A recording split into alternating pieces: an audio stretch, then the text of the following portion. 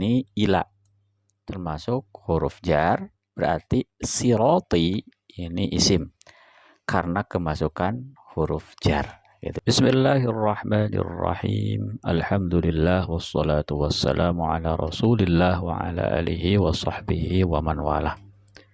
Sesi kali ini kita akan mengenal isim atau kata benda, yaitu kata yang mengandung makna namun tidak berhubungan dengan waktu. Jadi tidak terikat oleh waktu. Maka disebut isim atau kata benda. Untuk mengenal isim, kita harus mengenal ciri-cirinya. Nah, ciri yang pertama ada al-jarru. Jadi istilah al-jarru ya. Ini tulisan Arabnya, al-jarru. Nah, al-jarru itu bisa disebabkan oleh 3. Karena ada huruf jar, ya, karena idhofah, karena pengikut jar. Saya ulang kembali, karena huruf jar, karena idhofah, karena pengikut jar.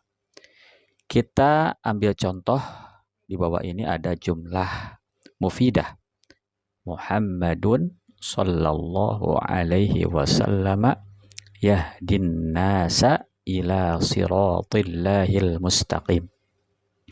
Kita ingin mengetahui isim melalui pendekatan al-jarru. Huruf jar, idhofah, pengikut jar. Nah, ada potongan kata atau potongan kalimatnya ila siratillahil mustaqim. Berarti isim ya dikategorikan jar ketika kemasukan huruf jar. Di sini ila termasuk huruf jar, berarti sirati ini isim karena kemasukan huruf jar gitu ya. Kemudian Allahi disebut isim karena jar. Jarnya idhofah. Jadi ini disebut dengan mudhofun ilaih. Nah, istilah-istilah ini nanti akan kita perkenalkan di pelajaran berikutnya. Kemudian al-mustaqimi disebut jar karena menjadi pengikut. Al-mustaqimi ini mengikut Allahi. Jadi lihat harokat ini pengikut dari Allahi. Harokatnya kasroh, maka ini kasroh. Nah, jadi kesimpulannya, ciri pertama isim adalah al-jar. Bisa kemasukan huruf jar, bisa sebagai mudhofun ilaih, bisa sebagai pengikut jar. Contoh, ila siratillahil mustaqim. Sirati, ya disebut isim karena kemasukan huruf jar. Allahi disebut isim karena menjadi mudhofun ilaih. Jadi rangkaian dari idhofah. Kemudian al-mustaqimi disebut isim karena pengikut dari jar. Jadi Allah ini kan jar, maka al-mustaqimi itu pengikut dari jar. Ini ciri pertama.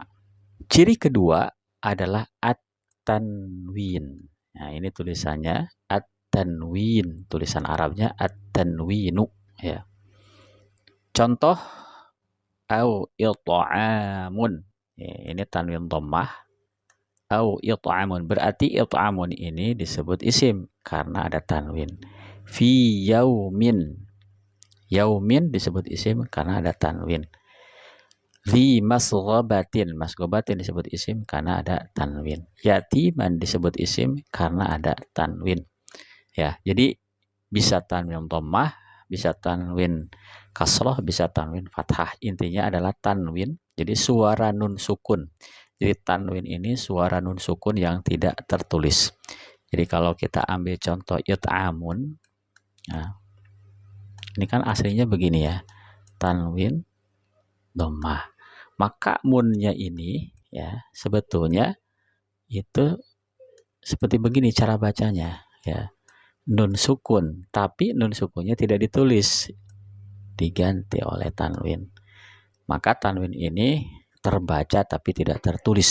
Nun sukun yang tidak tertulis tapi dibaca. It'amun, yaumin, masghabatin, yatiman, makrobatin, miskinan, matrobatin. Nah, itu ciri yang kedua. Ciri yang ketiga adalah an-nida atau panggilan. Kata disebut isim atau kata benda ketika dimasuki ya, contohnya di sini dimasuki haraf nida. Ya, wahai. maka setelah ya ini itu pasti isim atau kata benda. Nggak mungkin setelah ya ini kata kerja. Contoh makan, kata kerja. Ya makan, nggak mungkin ya. Nah, jadi ya harfun nida, kemudian qaumi di sini ya qaumi innama hadhil hayatud dunya mata' wa innal akhirata hiya darul qarar. Ini kita ambil contoh-contoh dari Al-Qur'an. Maka qaumi ini disebut dengan isim karena menjadi an-nida ya, ismul munada ya. Kemudian ya-nya itu disebut harfun nida. Berarti ciri yang ketiga adalah an-nida. Ciri yang keempat al, kemasukan al di awal ya. Al. Nah, contoh al-kitabu ya. Asalnya kitabun dikasih al-kitabu. Qur'anun kemudian dikasih al-Qur'anu.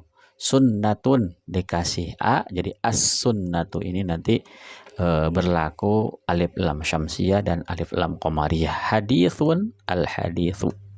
Nah, tidak mungkin dalam bahasa Arab itu bercampur antara tanwin dengan alif lam. Misalnya al-kitabun, nggak mungkin. Kenapa? Ya pilih salah satu, mau alif lam atau tanwin. Ya, kalau alif lamnya dihilangkan maka kitabun. Kalau tanwinnya dihilangkan maka al-kitabu. Harokatnya tetap di sini dhammah gitu. Baik.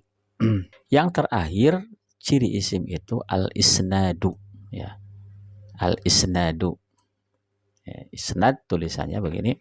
Contoh kalimat Muhammadun Rasulullahi ya. Rasulullah atau Rasulu di sini termasuk isim karena menjadi musnad ilaih ya. Jadi dalam rangkaian isnad itu kan terdiri dari musnad dan musnad ilaih. Nah, untuk pelajaran musnad dan musnad ilaih mungkin akan dijelaskan secara rinci di pertemuan selanjutnya. Jadi intinya Rasulu ini jadi rangkaian Muhammadun Rasulullah ini rangkaian isnad ya, yang terdiri dari musnad dan musnad ilaih. Barakallahu fikum.